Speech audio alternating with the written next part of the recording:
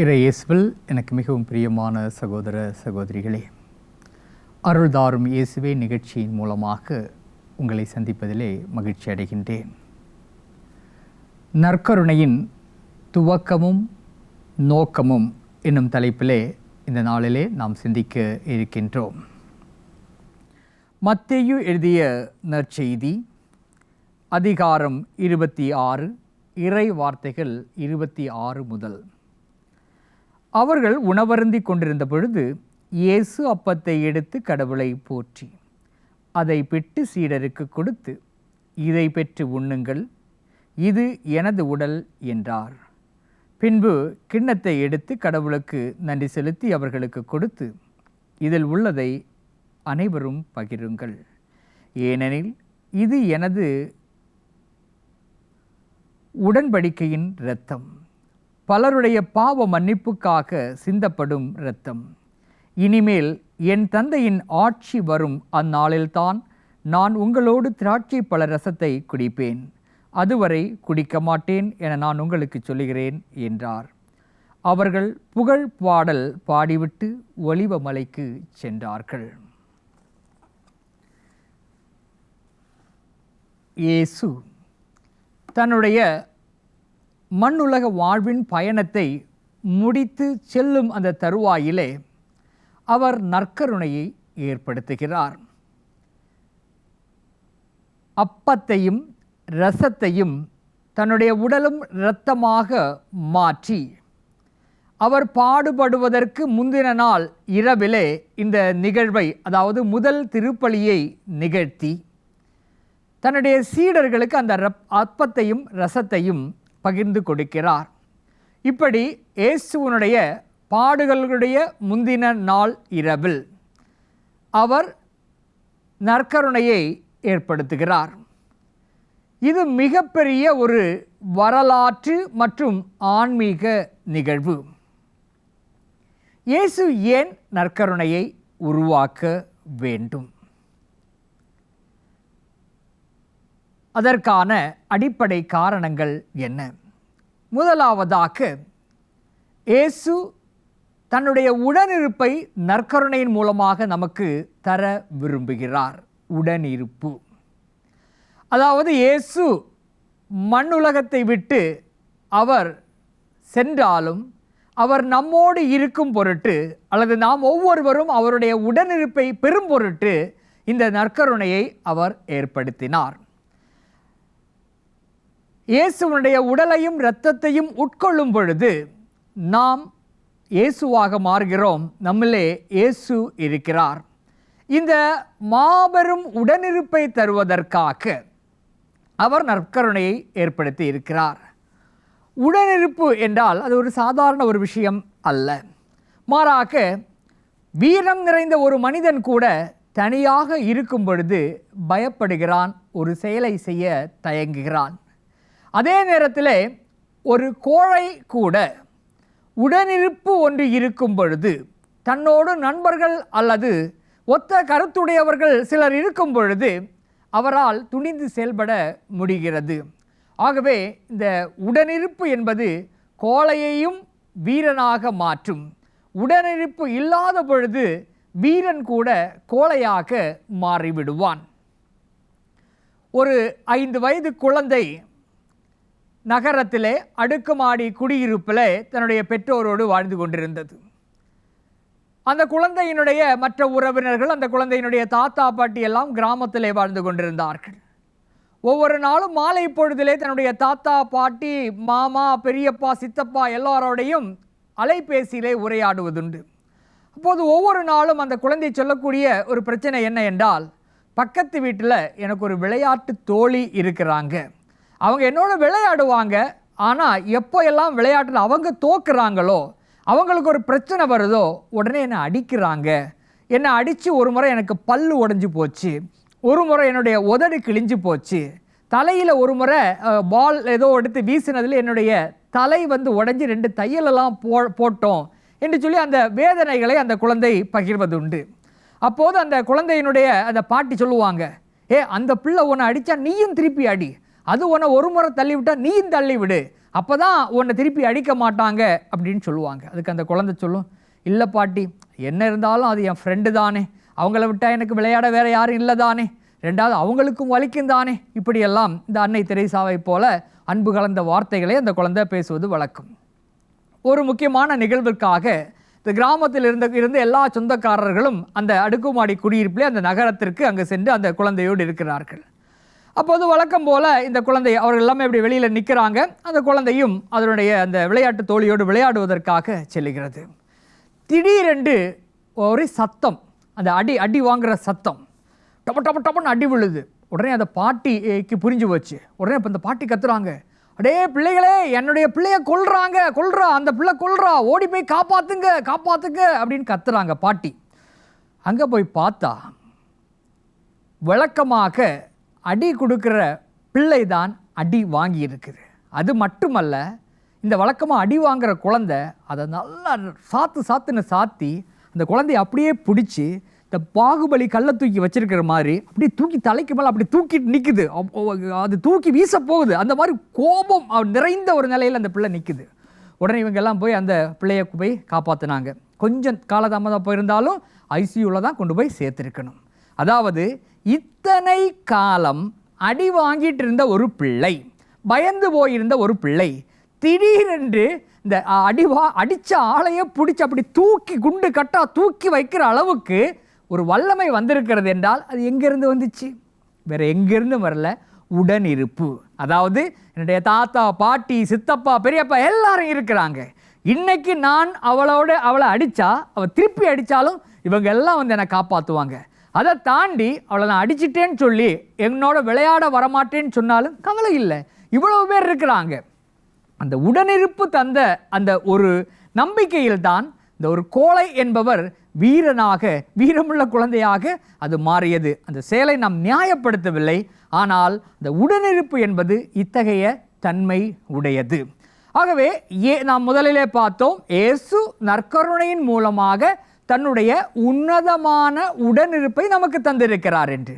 சாதாரண ஒரு தாத்தா, பாட்டி, மாமா, பெரியப்பா, சித்தப்பாவுடைய உடனிருப்பே ஒரு குழந்தைக்கு இவ்வளவு பெரிய ஆற்றலை தருகிறது என்றால், ஆற்றல் மிக்க கடவுளுடைய உடனிருப்பு நற்கருணை வடிவிலே நம்மிடம் இருக்கும் பொழுது அது எவ்வளவு பெரிய மதிப்பு வாய்ந்தது. ஆனால் பல நேரத்தில் அந்த மதிப்பை நாம் உணர்வது இல்லை. இயேசு நம்மோடு இருக்கும் பொழுது, உடன் இருக்கும் பொழுது நம்மால் எந்த விஷயங்களை வேண்டுமென்றாலும் நம்மால் செய்ய முடியும். ஆனால் நாம் அதை உணராதவர்களாக இருக்கின்றோம். ஒரு முறை ஒரு கப்பல் பழுதாகி நடுக்கடலிலே நிற்கிறது. அந்த கப்பலில் இருந்த குடி தண்ணீர் எல்லாம் தீர்ந்து போகிறது. கிட்டத்தட்ட அவர்களுடைய வறண்டு அந்த மரணத்தை சந்திக்கக்கூடிய ஒரு நிலையிலே அவர்கள் வருகிறார்கள். அப்பொழுது இன்னொரு கப்பலை அவர்கள் பார்க்கிறார்கள். அந்த கப்பலிடம் உதவி கேட்கிறார்கள். அருகில் வர சொல்லி உதவி கேட்டு, எங்களிடம் தண்ணீர் இல்லை, தண்ணீர் தாருங்கள் என்று கேட்கிறார்கள். உடனே அந்த கப்பலினுடைய தலைவர் சொல்கிறார், ஐயோ, நாங்களே இந்த இடத்திற்கு வந்தது குடி தண்ணீர் எடுப்பதற்காக.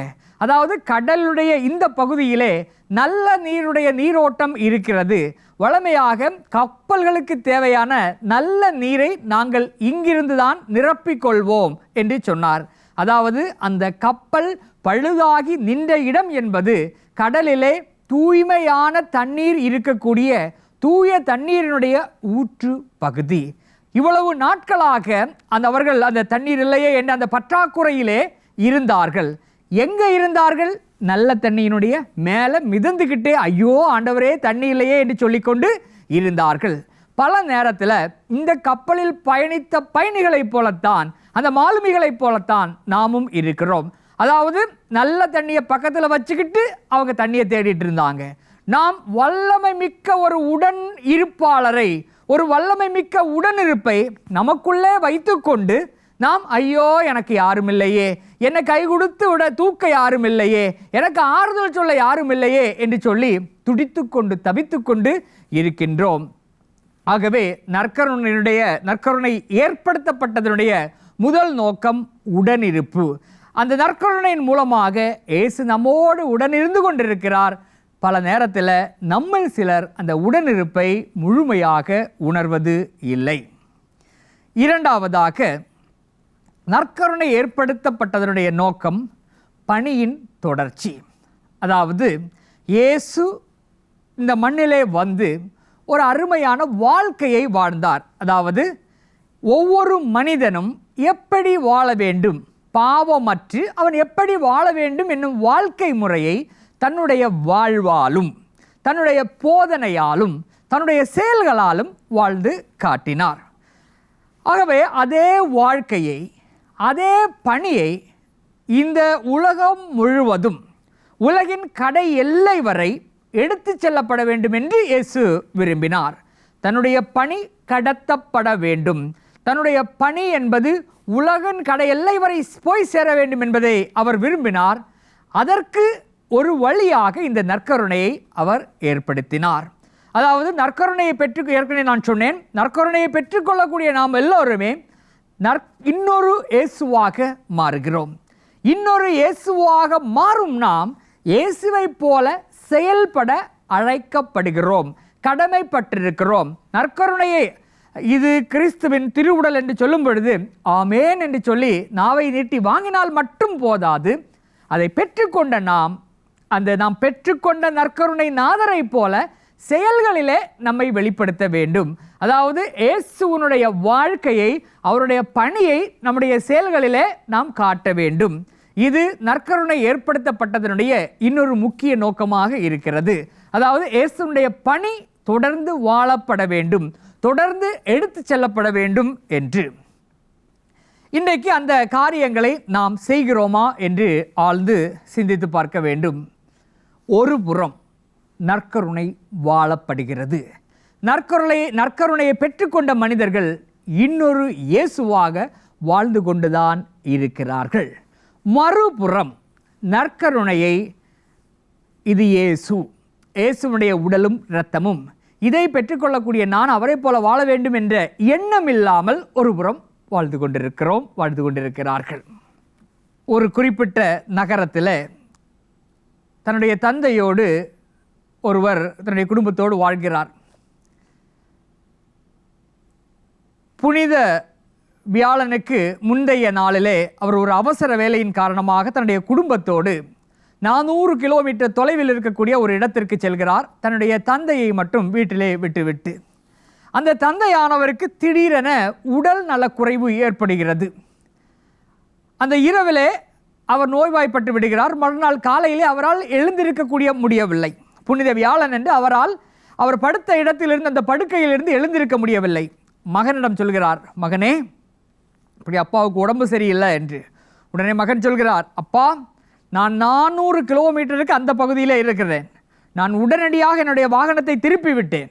ஆனால் அங்கு வந்து சேர்வதற்கு குறைந்தது 4 மணி நேரம் ஆகும், 5 மணி நேரமும் ஆகலாம். நான் ஏதாவது ஒன்று செய்கிறேன் என்று சொல்லி உடனடியாக அவருடைய வீட்டிற்கு அருகில் வசிக்கக்கூடிய உறவினரும் கத்தோலிக்கருமான இன்னொரு நண்பருக்கு அலைபேசியிலே தொடர்பு கொண்டு, இப்படி அப்பா எழுந்திருக்க முடியாமல் நோய்வாய்ப்பட்டு அந்த படுக்கையிலே இருக்கிறார், எப்படியாவது அவரை மருத்துவமனையிலே கொண்டு சேருங்கள் என்று சொல்கிறார். உடனே அந்த கத்தோலிக்க கிறிஸ்தவரான அந்த நபர் சொல்கிறார், ஐயோ, உனக்கு தெரியாதா, நான் தான் நம்முடைய பங்கு பேரவையினுடைய முக்கியமான பொறுப்பாளராக இருக்கிறேன். இந்த ஆலயத்தினுடைய, இந்த புனித வார ஆலயத்தினுடைய தூய்மை என்பது என்னிடம் கொடுக்கப்பட்டிருக்கிறது. நான் என்னுடைய குடும்பத்தோடு அந்த ஆலயத்தை சுத்தம் செய்ய நான் சென்று கொண்டிருக்கிறேன். இப்போதைக்கு நான் இந்த மருத்துவமனையில் போனால் அங்கேயே 2-3 மணி நேரம் ஆகும். அவரை சேர்க்கணும், அவருக்கு நிறைய வேலைகள் இருக்குது. அவருக்காக ஒரு 2 மணி நேரம் ஒதுக்குற அளவுக்கு எனக்கு நேரம் இல்லை. உன்னாலையும் புரிஞ்சுக்க முடியும் தானே, இந்த கோயிலில் நான் முக்கியமான ஆள் தானே, இன்றைய நாள் முக்கியமான நாள் என்று உனக்கு தெரியும் தானே. ஆகவே என்னை மன்னிச்சிரு, என்னால் இன்னைக்கு அவருக்கு உதவி செய்ய முடியாது, நான் கோயிலுக்கு செல்ல வேண்டும் என்று சொல்லி அவர் அந்த கோயிலுக்கு சென்று விட்டார். கடைசியாக அந்த மகன் 4 மணி நேரம் முடிந்த அளவுக்கு வேகமாக வாகனத்தை செலுத்தி வந்து மிகவும் ஆபத்தான நிலையிலே தன்னுடைய தந்தையை எடுத்து மருத்துவமனையிலே சேர்த்து அவர் இன்னும் ஐசியூவில் இருந்து கொண்டே இருக்கிறார். பல நேரத்தில் நாம் நற்கருணையை பெற்றுக்கொள்கிறோம். நான் இயேசுவினுடைய சீடன், நான் நடமாடும் இயேசு, நான் கிறிஸ்தவன் என்றெல்லாம் சொல்லிக் கொண்டிருக்கிறோம். ஆனால் அவருடைய பணியை வாழ்கிறோமா, இயேசு வாழ்ந்த வாழ்க்கையை வாழ்கிறோமா என்று சிந்தித்து பார்க்க வேண்டும். இயேசு ஆலயத்தை தூய்மை செய்தார், ஆலயத்தை வணிக ஸ்தலமாக மாற்றியவர்களை சாட்டை எடுத்து அடித்தார், அவர் மனிதர்களுக்கு முக்கியத்துவம் கொடுத்தார். குறிப்பாக ஒதுக்கி வைக்கப்பட்டவர்களுக்கு முக்கியத்துவம் கொடுத்தார். வேதனையில் இருப்பவர்களுக்கு முக்கியத்துவம் கொடுத்தார். இயேசுனுடைய வாழ்க்கையை படிக்கும் பொழுது எந்த ஒரு இடத்திலையும் 10 தொழுநோயாளிகள் வந்தார்கள், தொழுநோயாளி நான் கோயிலுக்கு போறேன், அது வரைக்கும் கொஞ்சம் வெயிட் பண்ணு, அப்படி அவர் சொல்லவே இல்லை. பார்வையற்றவர்கள் கோயிலுக்கு போற வழியில எதிரே வரும்பொழுது நான் கோயிலுக்கு போறேன், வரும்போது உன்னை நலமாக்குகிறேன், நேரமில்லை என்று சொல்லிவிட்டு செல்லவில்லை. அவர் முதல் இடத்தை துன்பப்படுகிறவர்களுக்கு, ஆபத்தில் இருப்பவர்களுக்கு, வேதனையில் இருப்பவர்களுக்கு கொடுத்தார். ஆனால் இன்னைக்கு நான் இயேசுவாக வாழ்கிறேன் என்று சொல்லக்கூடிய மனிதர்கள் முதல் இடத்தை இயேசுவுக்கு கொடுக்கிறார்களா, இயேசுனுடைய பணிக்கு கொடுக்கிறார்களா என்று நாம் சிந்தித்து பார்க்க வேண்டும். பல நேரத்தில் இயேசுனுடைய அந்த பணி என்பது நம்மால் கடத்தப்படவில்லை, எடுத்து செல்லப்படவில்லை. எங்கோ ஏதோ ஒரு இடத்திலே தொய்வு இருக்கிறது. இன்னொரு புறம் நிறைய மனிதர்கள் இயேசுவை விட மோசமான சிக்கல்களை சந்தித்த போதும் கூட அந்த இயேசுவை கடத்துவதிலே, மற்றவர்களுக்கு இயேசு அனுபவத்தை கொடுப்பதிலே அவர்கள் சோர்வு அடைவது கிடையாது. கேரளாவை சேர்ந்த ராணி மரியா என்னும் ஒரு அருட்சகோதரி இந்தியாவினுடைய வட மாநிலங்களிலே பணி செய்வதற்காக செல்கிறார். அவர் செல்லக்கூடிய ஒரு பகுதியிலே ஆதிவாசிகள், அந்த பிரிவை சார்ந்த மக்கள் நிறைய பேர் இருக்கிறார்கள். அவர்கள் ஒரு குறிப்பிட்ட முதலாளியினால் சுரண்டப்படுகிறார்கள். அவர்களுக்கு பெரிய அளவில் படிப்பறிவு இல்லை. அவர்களுடைய அறியாமையை பயன்படுத்தி அவர்களுடைய உழைப்பானது மிகப்பெரிய அளவில் சுரண்டப்படுகிறது. அவர்கள் காடுகளில் இருந்து சேகரித்து வரக்கூடிய அந்த பொருட்கள், காடினுடைய வளங்கள், மூலிகைகள் எல்லாம் மிகப்பெரிய அளவிலே வணிகத்தன்மை உடையவை, வணிக லாபம் பெற்று தரக்கூடியவை. அவற்றையெல்லாம் அந்த ஒரு குறிப்பிட்ட முதலாளி சுரண்டி கொண்டு அந்த மக்களை ஏழ்மையிலே, வறுமையிலே, பட்டினியிலே வைத்து கொண்டிருந்தார். இந்த சகோதரி கொஞ்சம் கொஞ்சமாக, அவர்கள் கிறிஸ்தவர்களாக இருந்தாலும் கிறிஸ்தவர் அல்லாதவர்களாக இருந்தாலும் யாராக இருந்தாலும் அவர்களை ஒன்றாக இணைத்து விழிப்புணர்வை ஏற்படுத்தி கல்வி அறிவை கொடுத்து தாங்கள் சுரண்டப்படுவதை அவர்களுக்கு உணர வைத்து ஒரு உன்னதமான பணியை செய்தார்.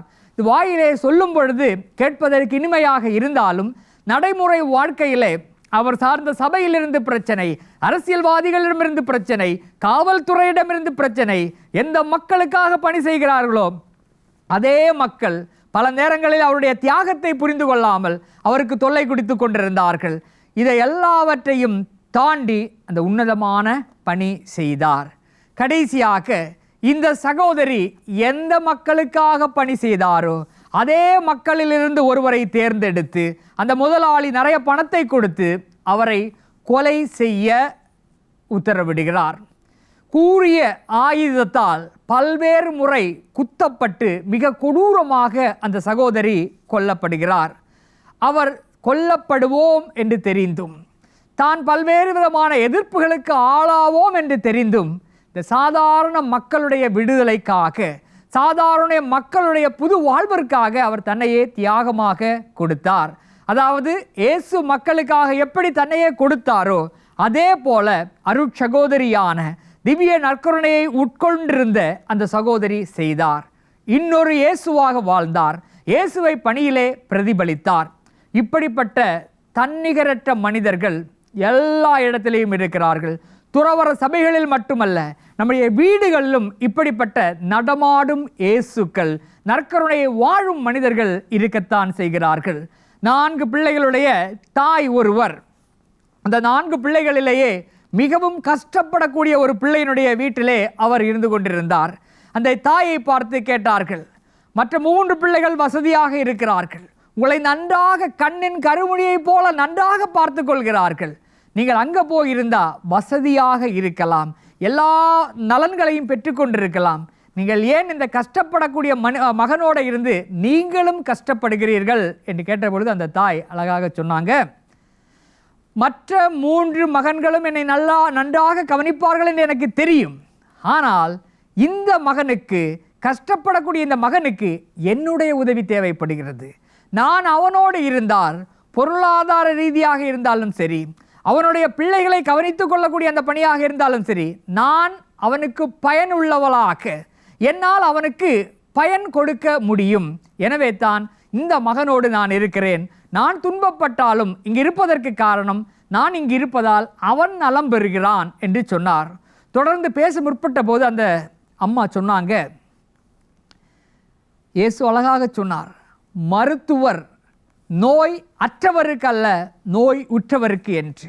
என்னுடைய அந்த உடனிருப்பு என்பது மற்ற வசதியாக இருக்கக்கூடிய மகன்களுக்கு தேவையில்லை, மாறாக கொஞ்சம் தடுமாறி கொண்டிருக்கக்கூடிய இவனுக்கு பல்வேறு விதங்களிலே நான் தேவைப்படுகிறேன்.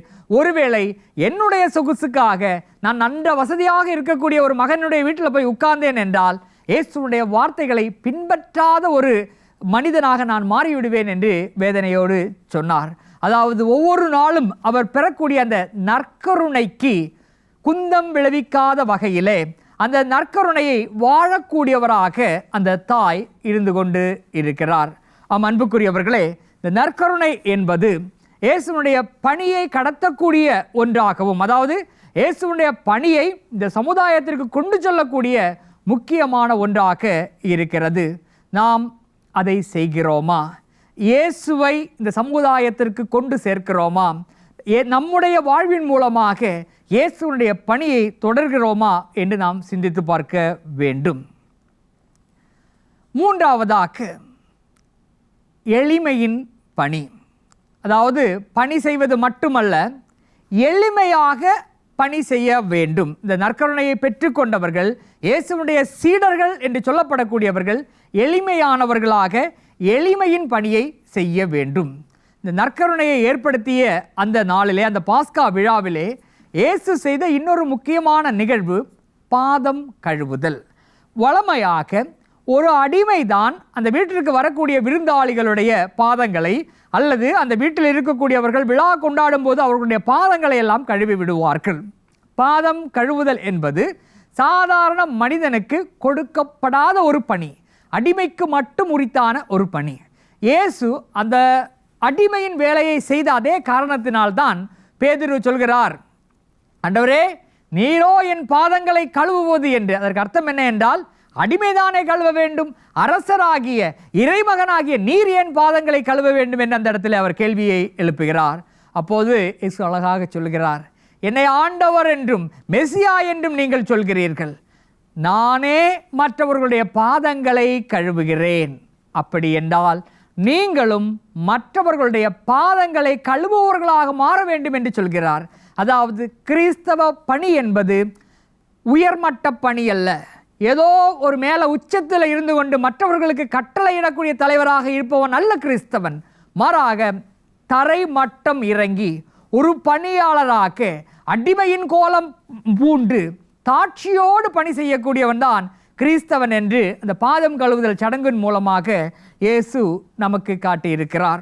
இன்று பல நேரத்தில் நம்முடைய இந்த கிறிஸ்தவ வாழ்க்கையில் நாம் என்ன நினைக்கிறோம் என்றால், ஒரு பெரிய அழகான ஒரு சாய்வு நாற்காலியிலே அமர்ந்து கொண்டு நம்மை விட வயதில் 10 வயது 20 வயது 50 வயது கூட பெரியவர்களை பெயர் சொல்லி, அந்தோணி இங்கே வாடா, சுப்பிரமணி இங்கே வாடா என்று சொல்லி அழைப்பதுதான் தலைமைத்துவம், அதுதான் தலைமை பணி என்று நினைத்து கொண்டிருக்கிறோம்.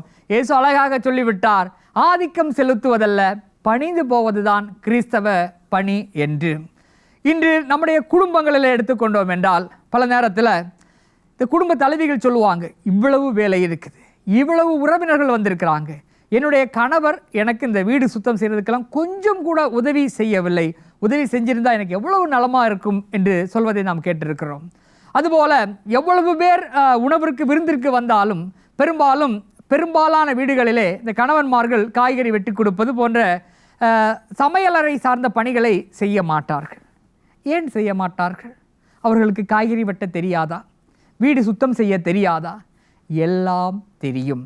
ஆனால் நான் குடும்ப தலைவன், குடும்பத்திற்காக சம்பாதிக்கக்கூடியவன், தலைவனாகிய நான் கிச்சனில் போய் காய்கறி வெட்டலாமா? நம்முடைய வீட்டில் இருக்கக்கூடிய குளியலறையெல்லாம் போய் நான் சுத்தம் செய்யலாமா? அது என்னுடைய வேலையா? தொடப்பக்கட்டை எடுத்து வீடெல்லாம் கூட்டி மோப் பண்ண முடியுமா? அது நான் யார்? நான் குடும்ப தலைவன் தானே, நான் எப்படி இந்த பணியை செய்வது என்ற அந்த எண்ணம் தான் பல நேரத்தில் குடும்ப தலைவர்களை, ஆண்களை மற்றவர்களுக்கு உதவி செய்ய விடாமல் தடுத்து கொண்டு இருக்கிறது. இயேசு என்ன சொல்லியிருக்கிறார் என்றால், நீ கிறிஸ்தவ குடும்பத்திலே அல்லது கிறிஸ்தவ தலைவனாக இருக்க வேண்டும் என்றால் உனக்கு இருக்கக்கூடிய அடிப்படை பண்பு நீ தாட்சியோடு இருக்க வேண்டும். எந்த எளிய பணியையும் செய்வதற்கு நீ தயாராக இருக்க வேண்டும் என்று. பங்குகளிலே ஆலயம் சில நேரத்தில் தூய்மை இல்லாமல் இருக்கும். அமரக்கூடிய அந்த இருக்கைகள் எல்லாம் தூசி படிந்து போய் இருக்கும். ஐயா கொஞ்சம் அதை துடைப்புமா, கொஞ்சம் ஒரு துண்டு எடுத்துகிட்டு வரீங்களா என்று சொன்னால் ஒரு சிலர் சொல்லுவாங்க, நான் யார் தெரியுமா, நான் 16 வருடமா பாரிஷ் கவுன்சிலில் மெம்பர் ஆக்கும், நான் இதெல்லாம் செய்ய முடியுமா, இதெல்லாம் நம்ம தகுதிக்கு உட்பட்டதா, இப்படி அந்த சொல்லக்கூடிய அந்த வார்த்தைகளை பல நேரங்களிலே பல இடங்களிலே மாறுபட்ட மனிதர்களிடமிருந்து மாறுபட்ட வடிவத்திலே இதே போன்ற அர்த்தப்படும்படியாக நாம் காதுகளிலே கேட்டிருப்போம்.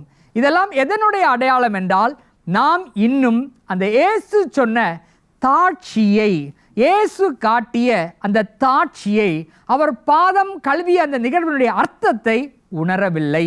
அதை நம்முடைய பணி வாழ்விலே நாம் நடைமுறைப்படுத்தவில்லை என்பதைத்தான் அது காட்டுகிறது. ஆகவே சற்று சிந்தித்து பார்ப்போம். ஆண்டவர் நற்கருணையை ஏற்படுத்தியது நம்மோடு உடன் இருக்க வேண்டும் என்பதற்காக. அந்த உடனிருப்பை உணர்கிறோமா? அதே நேரத்தில் அவருடைய பணி தொடரப்பட வேண்டும் என்பதற்காக அந்த நற்கருணை ஏற்படுத்தினார். உட்கொள்ளக்கூடிய நாம் அந்த பணியை தொடர்கிறோமா? அதே நேரத்தில் அந்த பணியை தாட்சியோடு செய்கிறோமா என்று சிந்தித்து பார்ப்போம். ஆமேன்.